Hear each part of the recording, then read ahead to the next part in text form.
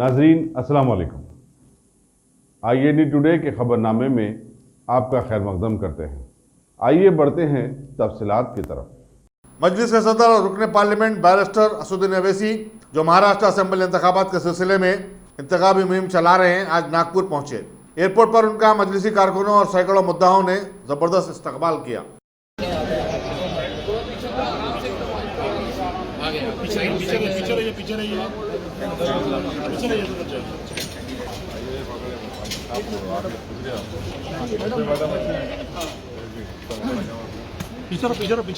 पीछे रास्ता दो रास्ता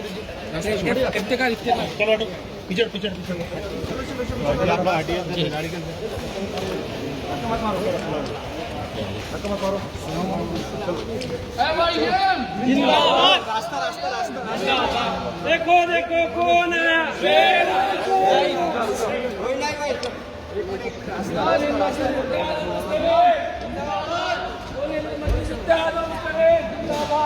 अरे तकबीर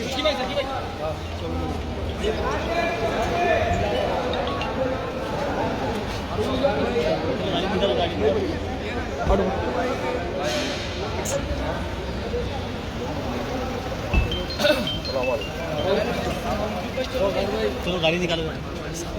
बेबी ने सुखलाल गाड़ी में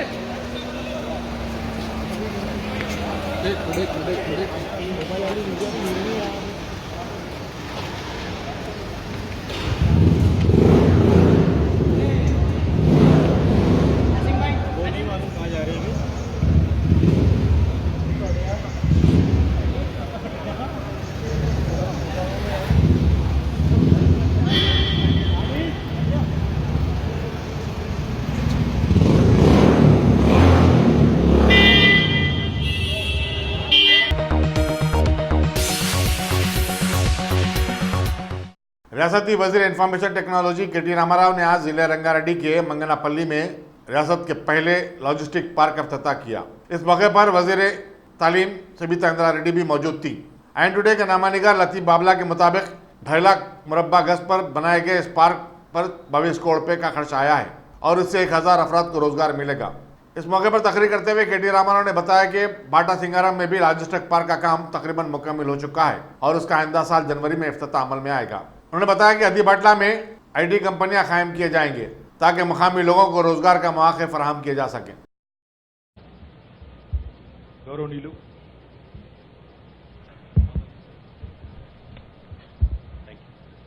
గౌరవనీయులు మీ అందరి అభిమాన నాయకులు, స్థానిక శాసనసభ్యులు, పేరులోనే మంచితనాన్ని నింపుకున్న పెద్దలు మంచిరెడ్డి కిషన్ రెడ్డి గారు, గౌరవనీయులు సీనియర్ మంత్రివర్యులు, రాష్ట్రంలో ఉమ్మడి ఆంధ్రప్రదేశ్లో గతంలో ఆనాడు హోంమంత్రిగా మరి ఈరోజు తెలంగాణ రాష్ట్రంలో మొట్టమొదటి మహిళా మంత్రిగా ప్రమాణ స్వీకారం చేసిన గౌరవ విద్యాశాఖ మంత్రివర్యులు శ్రీమతి సబితా ఇంద్రారెడ్డి గారికి, జిల్లా పరిషత్ చైర్మన్ సోదరి తీగల అనితారెడ్డి గారు, గౌరవనీయులు మహబూబ్ నగర్ పార్లమెంట్ సభ్యులు పెద్దలు విశిష్ట అతిథిగా వచ్చేసిన మన్నే శ్రీనివాసరెడ్డి గారు, కొడంగల్ శాసనసభ్యులు యువ నాయకులు గౌరవనీయులు పట్నం నరేందర్ రెడ్డి గారు, గౌరవనీయులు మన రాచకొండ కమిషనరేట్ పోలీస్ కమిషనర్ గారు మహేష్ భగవత్ గారు,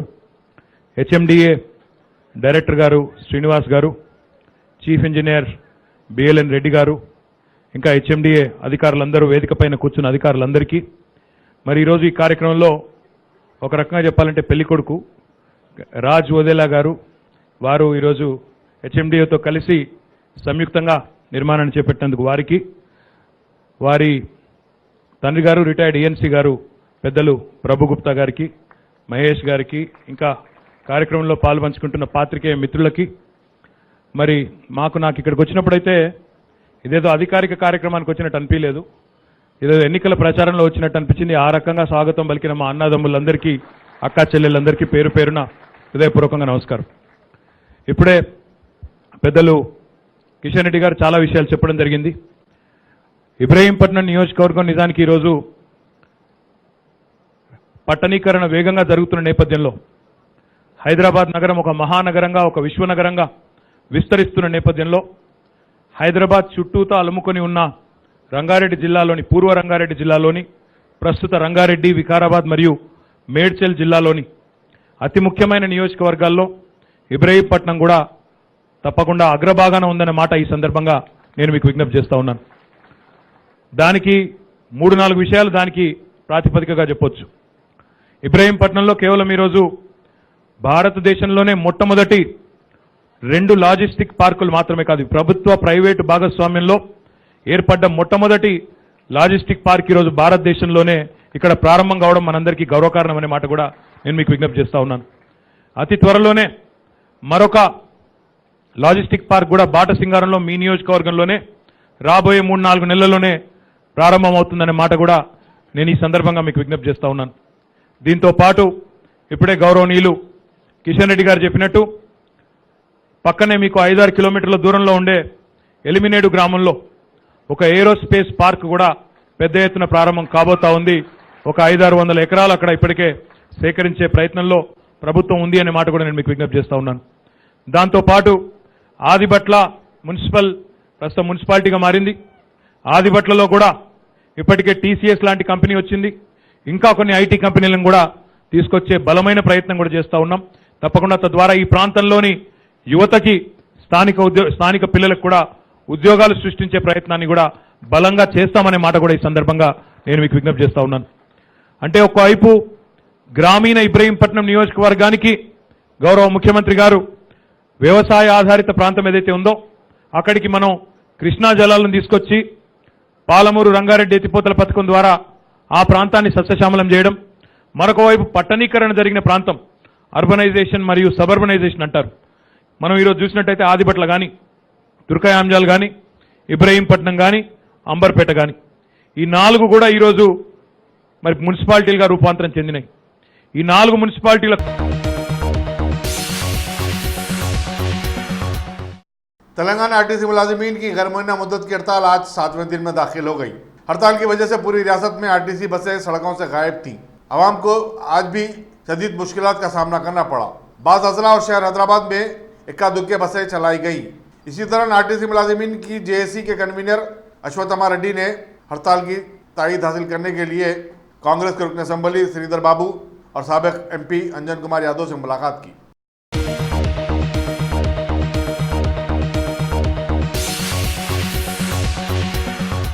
की सहूलत भी मौजूद है। अगर आप अपने घर, दुकान, सोसाइटी, स्कूल वगैरह को सेफ और क्राइम फ्री बनाना चाहते हो तो इंस्टॉल कीजिए सीसीटीवी कैमरा जो HD क्लियरिटी के साथ दस्तयाब है। गुज़िश्ता 10 साल से मुल्क भर में अपनी इन तमाम खिदमात को जारी रखते हुए आपके एतमाद को बरकरार रखने वाला नाम top selection computers, Vijayanagar colony beside Riyan hotel Hyderabad. Director Syed Rashid Ali. Phone 9849715954। Top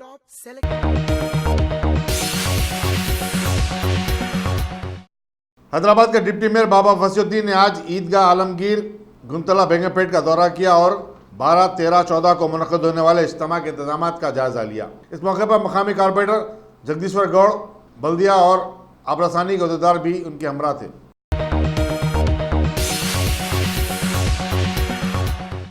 Telangana Urdu working journalist federation की सिटी यूनिट की तरफ से हफ्ता 12 अक्टूबर को सुबह 9 बजे तक 5 बजे शाम सहाफ़ियों और उनके अरकान खानदान के लिए एक mega health camp Meena multi speciality hospital Humayun Nagar में मुनक़िद किया जा रहा है। General secretary federation Syed Ghouse Mohiuddin ने बताया कि इस कैंप में अमराज क़ल्ब, चश्म के अलावा ख़वातीन और अतफ़ाल के माहिर डॉक्टर तिबी मुआयना करेंगे और रियायत की कीमत पर मुआयने किए जाएंगे। मज़ीद इलाज में भी रियायत दी जाएगी। उन्होंने बताया कि माहिर अमराज चश्म डॉक्टर हिदायतुल्लाह की निगरानी में डॉक्टरों की टीमें मौजूद रहेंगी।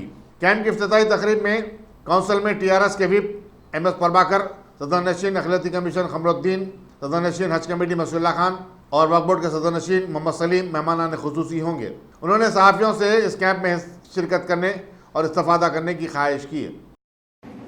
मैं आपका अपना सैयद गौस मोहिउद्दीन अपनी सहाफ़ी federation Telangana Urdu working journalist federation का जनरल सेक्रेटरी आपसे अपील करता हूं कि फेडरेशन के जानिब से एक health camp, mega second free medical camp लगाया जा रहा है मेहदीपट्टनम के पास। आप लोगों से गुजारिश करता हूं कि इसका इस्तेफादा करें और सेहतमंद रहें। सदर नशीन रियासती वक्फ बोर्ड मोहम्मद सलीम ने आज बाद नमाज जुमा बालापुर में मकबरे रोशनदौला की औकाफी अराजियात पर गैर मजाज कब्जों का मायना किया। उन्होंने पुलिस और रेवेन्यू काम को उनकी फौरी बर्खास्तगी की हिदायत दी। मीडिया से बातचीत करते हुए उन्होंने कहा कि वक्फ बोर्ड को इस अराजी पर गैर मजाज कब्जों की शिकायत मिली थी, चुनांचे उन्होंने खुद बनफसा नफीस हालात का जायजा लेने पहुंचे। उन्होंने कहा कि वक्फ बोर्ड औकाफी जायदादों पर कब्जे करने वालों के खिलाफ सख्त कार्रवाई करेगा और किसी को भी नहीं बख्शा जाएगा, खा वो किसी भी जमात से ताल्लुक रखता हो या कितना ही ताकतवर हो। गुम्बज़ा है, यहाँ पर ईदगाह बालापुर ईदगाह है, मस्जिद है, ग्रेवयार्ड से हम लोग इंस्पेक्शन करने निकले पूरा। तो यहाँ पर देख के अफसोस हो रहा है कि क्योंकि वफ़ की लैंड रहती है। खैर मस्जिद वाले तो अच्छा काम कर रहे हैं, ईदगाह वगैरह प्रोटेक्ट कर रहे हैं वो लोग सब, हर चीज़ जो है। तो इंशाल्लाह जो है हम लोग वक्फ बोर्ड में बैठ के सीईओ और हम लोग ऑफिसर सब मिल के जो है बोर्ड मीटिंग में भी रखेंगे ये चीज़ को रख के जो है ना, वक्फ प्रॉपर्टी ऑलवेज वक्फ रहती, क़यामत तक वक्फ रहती। कोई भी अगर कब्ज़ा कर रहे भी तो जो है ना टेम्पररी खुश हो जाने का रहता कि अपनी जगह है बोल के, क्योंकि ग्रेवयार्ड है, गुम्बज़ा है, यहाँ पर हर चीज़ है, सब लोग देख रहे हैं, कोर्ट भी देख रहा है, हर चीज़ देख रहे हैं। सब हम बात करेंगे वक्फ बोर्ड में बैठ के, हम लोग जो है ना इसका डिस्कशन करके स्टैंडिंग काउंसिलों को सबको बुला के करके इस पर सीरियस लेंगे और जो है ना वक्फ प्रॉपर्टी हमारी हम बराबर हासिल करके रहेंगे। रोशनदौला के तहत कितनी वक्त प्रॉपर्टी है? 6 एकड़ 18 गुंटे है। इसके अतराफ में जो बाउंड्री मार ली है ये कौन लोग करे? ये कौन लोग करे वही आइडिया नहीं है, कौन लोग करे मतलब इसका आप चेयरमैन है, आपको आइडिया नहीं है? नहीं, डिफेंस वाले बाजू से जो लोग बाउंड्री उठाए, डिफेंस वाले अलग है, वो तो डिफेंस वाले अपने हिसाब से उनकी प्रॉपर्टी में उठा लिए, उसकी बाउंड्री अपने को भी लग रही। ये लैंड जो भी इंक्रोच करे, लक्ष्मण रेड्डी साहब बोल के है, कहते कौन जो भी है, हम इसके ऊपर हम भी कानूनी कार्रवाई करेंगे, हम खामोश नहीं बैठेंगे। इतना कंस्ट्रक्शन होगा यहाँ पे, अभी तक वक्फ बोर्ड को इत्तला नहीं है। वक्फ बोर्ड को इत्तला है, कोर्ट में केस चल रहा, सीनियर एडवोकेट को लगाए वहाँ पर। इसके ऊपर प्रकाश रेड्डी को भी हम लोग अपॉइंट करें, सीनियर एडवोकेट को, स्टैंडिंग काउंसिल के अलावा भी। वक्फ प्रॉपर्टी को हम छोड़ेंगे नहीं, वक्फ प्रॉपर्टी ऑलवेज वक्फ है। जो लोग इसको परचेस करें, खरीदी कर रहे हैं, उनके लिए कुछ बोलेंगे आप? नहीं, कोई भी खरीद नहीं कर सकते है वक्फ प्रॉपर्टी। कोई भी खरीदी करे तो टेम्पररी रहता हो, लॉन्ग टाइम पे कोई भी हासिल नहीं कर सकते प्रॉपर्टी को, क्योंकि कोर्ट में केस है। इसको हम सीरियस, हम भी सीनियर एडवोकेट्स को रख के जो है ना हम विकेट कराएंगे केस को।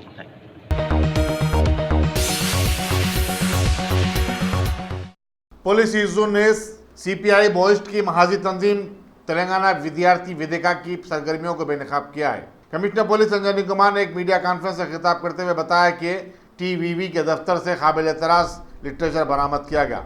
उन्होंने इस तंजीम को इंतबा दिया कि वो तलबा और नौजवानों को गुमराह करने से बाज आ जाए। कमिश्नर ने कहा कि यह तंजीम खुद एक ममनुआ है और उसे उसकी सरगर्मियाँ जारी रखने की इजाज़त नहीं दी जा सकती। तंजीम के खिलाफ कई अजला में क्रिमिनल केसेस भी बुक हैं। प्रेस कॉन्फ्रेंस में joint commissioner CS Avinash Mohanty, additional DCP east zone Govind Reddy और additional deputy commissioner police task force Chaitanya Kumar भी मौजूद थे। नमस्कार। पिछले कुछ दिनों में नेबरिंग डिस्ट्रिक्ट और वहां से इंफॉर्मेशन मिलने के बाद हैदराबाद ईस्ट जोन में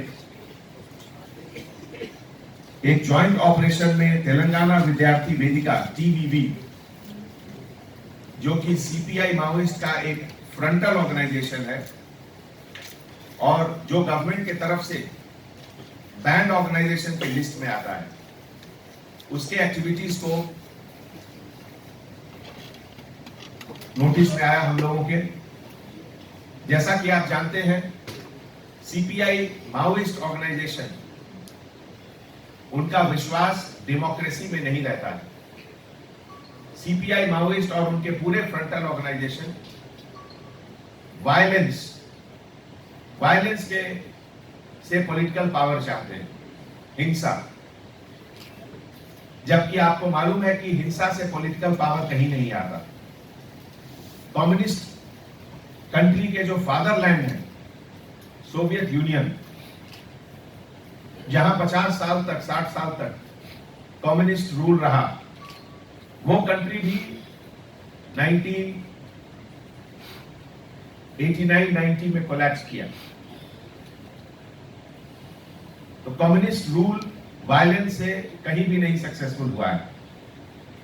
तेलंगाना विद्यार्थी वेदिका और इसके जो लीडरशिप है, जिनके बारे में इंक्रिमिनेटिंग एविडेंस हमारे सर्च टीम को मिला, जिसमें कि पार्टी लिटरेचर, सीपीआई माओइस्ट के पार्टी लिटरेचर और इलेक्ट्रॉनिक स्टोरेज डिवाइस जैसे memory card, SIM card, laptop, और उसके अलावा लिटरेचर, पार्टी लिटरेचर जैसे एक संदेश, एक मैसेज जो कि सीपीआई माओइस्ट ऑर्गेनाइजेशन का एनिवर्सरी पे निकाला गया था और जिसमें यंग यूथ को वायलेंस के लिए इंसाइट कर रहे थे लोग। ये पूरे ऑर्गेनाइजेशन और इनके लीडर बेसिकली स्टूडेंट के नाम को लेकर मिसलीड करते हुए communist ideology, violent communist ideology, Maoist ideology के तरफ ले जाना चाहते हैं। ये सब लीडर्स, जिसमें मदिलेटी, मेचू संदीप, अनुदीप, किशोर, इन लोग के खिलाफ बहुत सारे केसेस, क्रिमिनल केसेस बहुत से पुलिस स्टेशन में हैं, जो कि महाराष्ट्र, छत्तीसगढ़ और तेलंगाना स्टेट में है। ऐसे समय में आपके चैनल के तरफ से, आपके अखबार के तरफ से स्टूडेंट्स और कॉमन पब्लिक को मैं अपील करता हूं कि वायलेंट आइडियोलॉजी, हिंसात्मक फिलॉसफी जो कम्युनिस्ट रेवोल्यूशन का है, उसका इंडिया में कोई एग्जिस्टेंस नहीं होना चाहिए। इंडिया एक नॉन वायलेंट कंट्री है। हमारे देश के आइडल हैं महात्मा गांधी, हमारे देश के आइडल हैं गौतम बुद्ध, जो कि नॉन वायलेंट बताते थे। यहां बड़ा से बड़ा डेमोक्रेटिक मूवमेंट भी नॉन वायलेंट तरीके से लड़ा जाता है। ऐसे समय में आपके तरफ से मैं पूरे पब्लिक को अपील करता हूं कि अगर कुछ ऐसा इंफॉर्मेशन उनके पास आता है तो हमारे लोकल पुलिस स्टेशन को खबर करें, उनको बताएं। और हम लोग ये जो अभी केस रजिस्टर हुआ है, इसको सेंसिटिविटी के को मद्देनजर रखते हुए special investigation team detective department में जो है उसको हम लोग दिए हैं और एक साइंटिफिक इन्वेस्टिगेशन के द्वारा इस केस को इन्वेस्टिगेट करके पूरे एविडेंस को कोर्ट के सामने हम लोग रखेंगे। केस के सीरियसनेस को मद्देनजर रखते हुए officer of the rank of assistant commissioner of police ACP इस पूरे केस को इन्वेस्टिगेट करेंगे। आप लोग को मालूम होगा कि इसके पहले भी बहुत सारे बैंड ऑर्गेनाइजेशन सीपीआई माओइस्ट के और उनके फ्रंटल ऑर्गेनाइजेशन, इसके पहले भी बहुत बार वो लोग स्टूडेंट्स वर्ड यूज करते हैं कवर के लिए,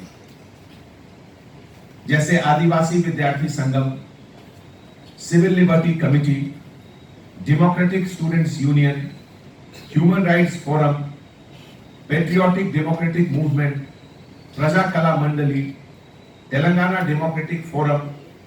ये सब ऑर्गेनाइजेशन सीपीआई माओइस्ट के फ्रंटल ऑर्गेनाइजेशंस हैं, जिनका ऑब्जेक्टिव है पॉलिटिकल पावर गेन करना बाय वायलेंस। तो हमारे गवर्नमेंट का ये कमिटमेंट है कि जो नए यूथ जो हमारे सिटी में आ रहे हैं उनको इस तरह मिसगाइड नहीं होने देना। नया स्टेट तेलंगाना आने के बाद हमारा ऑब्जेक्टिव है इकोनॉमिक डेवलपमेंट, हमारा ऑब्जेक्टिव है इन्वेस्टमेंट, हमारा ऑब्जेक्टिव है मोर जॉब अपॉर्चुनिटीज। और इसी प्रोसेस में, इसी ऑब्जेक्टिव में दुनिया के जो टॉप 500 कंपनीज हैं उसमें 50% कंपनीज हैदराबाद में ऑलरेडी आ चुकी है। बड़ी से बड़ी कंपनी, चाहे वो अमेजॉन हो, माइक्रोसॉफ्ट हो, गूगल हो, एप्पल हो, फेसबुक हो, सभी कंपनी हैदराबाद में है। बोइंग एयरक्राफ्ट कंपनी का जो इंजन यूनिट, मैन्युफैक्चरिंग यूनिट है, जनरल इलेक्ट्रिक जो बनाती है, वो भी शमशाबाद में अब शुरू हो रहा है। तो ऐसे फॉरवर्ड लुकिंग पॉजिटिव स्टेट का जो माहौल है, उस माहौल को हम लोग किसी भी तरीके से ये माओइस्ट ऑर्गेनाइजेशन और उनके फ्रंटल ऑर्गेनाइजेशन की तरफ से इनोसेंट यूथ को मिसगाइड नहीं होने देंगे। और इसमें मीडिया, प्रेस, सबको हम अपील करते हैं कि हम लोग मिलकर उनको एक्सपोज करें और कानून के रास्ते से, कानून के सही तरीके से उनको कोर्ट के सामने पेश करके उनको सजा दिलाएं। Thank you.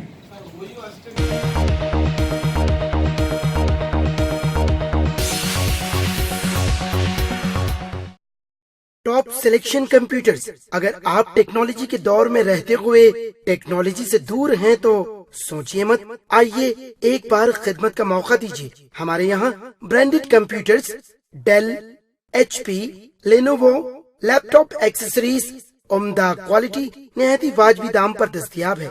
School, college, corporate, office वगैरह में बल्क क्वांटिटी में सप्लाई की जाती है। इसके साथ साथ हमारे यहाँ माहिर टेक्नीशियंस की निगरानी में रिपेयर की सहूलत भी मौजूद है। अगर आप अपने घर, दुकान, सोसाइटी, स्कूल वगैरह को सेफ और क्राइम फ्री बनाना चाहते हो तो इंस्टॉल कीजिए CCTV कैमरा जो HD क्लियरिटी के साथ दस्तयाब है। गुज़िश्ता 10 साल से मुल्क भर में अपनी इन तमाम खिदमात को जारी रखते हुए आपके एतमाद को बरकरार रखने वाला नाम top selection computers, Vijayanagar colony, beside Riyan hotel, Hyderabad. Director Syed Rashid Ali. Phone 9849715954। Top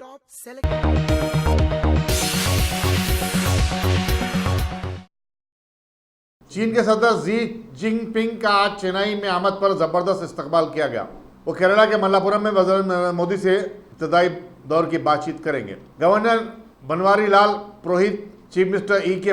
Palaniswami, speaker Dhanpal और दूसरों ने खैर मकदम किया। चीनी वज़ीर खारजा वांग वी और वज़ीर खारजा S. जयशंकर के साथ भी अलहदा बातचीत का प्रोग्राम है।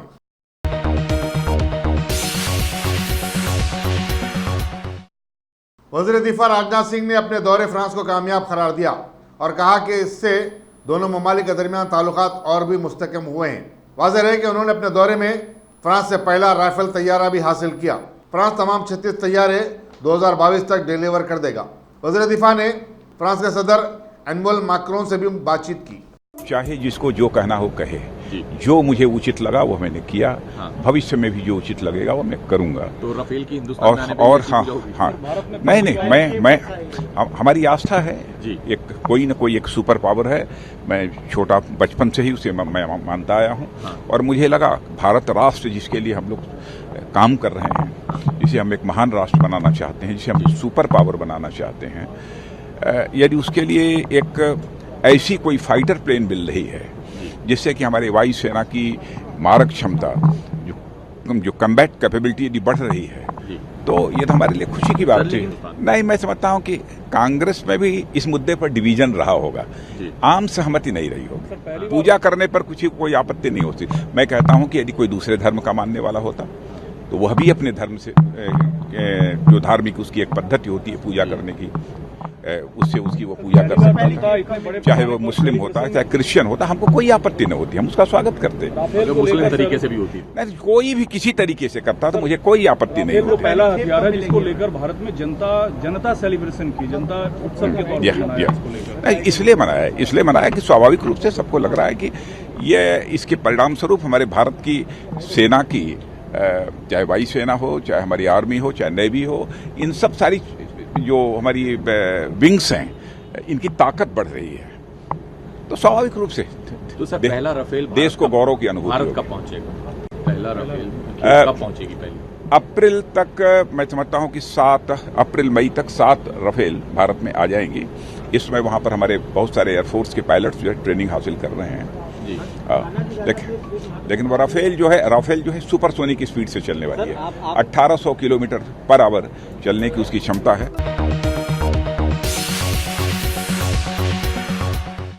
ईरान और सऊदी अरब के दरमियान मसालियत के लिए पाकिस्तानी वज़ीर-ए-आज़म इमरान खान कल दोनों ममालिक का दौरा पर रवाना होंगे।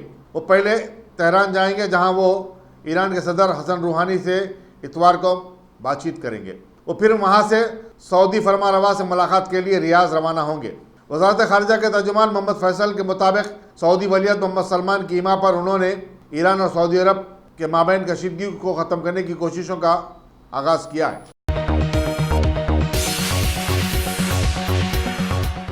पाकिस्तान के कौमी एहतसाब ब्यूरो ने चौधरी शुगर मिल केस में साबिक़ वज़ीर-ए-आज़म नवाज शरीफ के खिलाफ वारंट जारी किया है। कौमी एहतसाब ब्यूरो की एक टीम लाहौर के कोर्ट लखपत जेल में नवाज शरीफ पर इस वारंट की तामील करेगी। नवाज शरीफ पहले ही 7 साल कैद की सजा काट रहे हैं।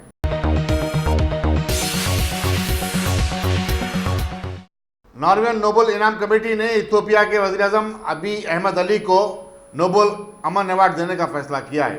उन्हें यह अवार्ड उनकी अमन कोशिशों और आलमी इश्तराक, खासकर पड़ोसी मुल्क एरिट्रिया से सरहदी तनाज़े की यकसुई के लिए दिया गया है।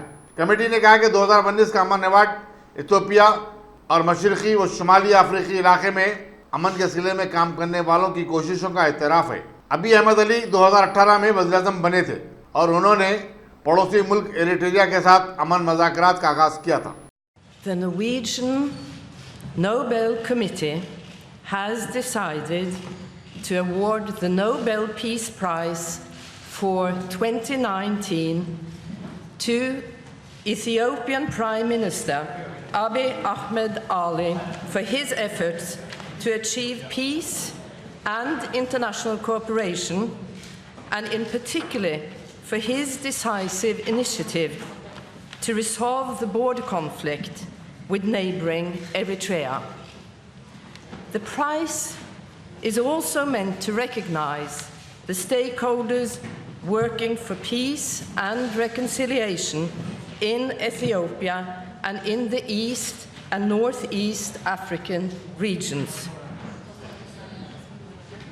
When Abiy Ahmed became Prime Minister in April 2018, he made it clear that he wished to resume peace talks with Eritrea. In close cooperation with Isaias Afwerki, the president of Eritrea, Abiy Ahmed quickly worked out the principles for a peace agreement to end the long no peace, no war stalemate between the two countries. These principles are set out in the declarations that Prime Minister Abiy and President Afwerki signed in Asmara and Jeddah in July and September. An important premise.